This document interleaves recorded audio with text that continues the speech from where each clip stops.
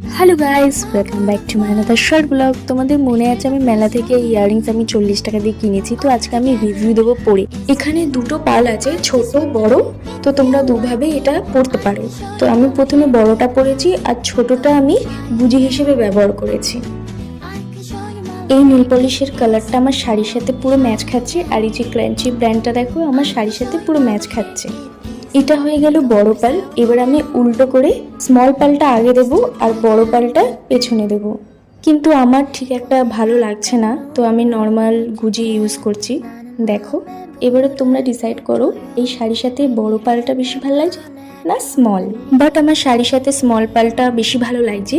লাস্টে যে ইয়ারিং আছে সেটাও পরে দেখি, কিন্তু শাড়ির সাথে এটা ঠিক মানাচ্ছে না। শাড়ির সাথে পার্লই বেশি ভালো লাগছে, আর এটা জিন্স টপের সাথে গাউনের সাথে বেশি ভালো লাগবে। তো আমি স্মল পালটাই চুজ করলাম। আর দেখা হবে নেক্সট ভিডিওতে।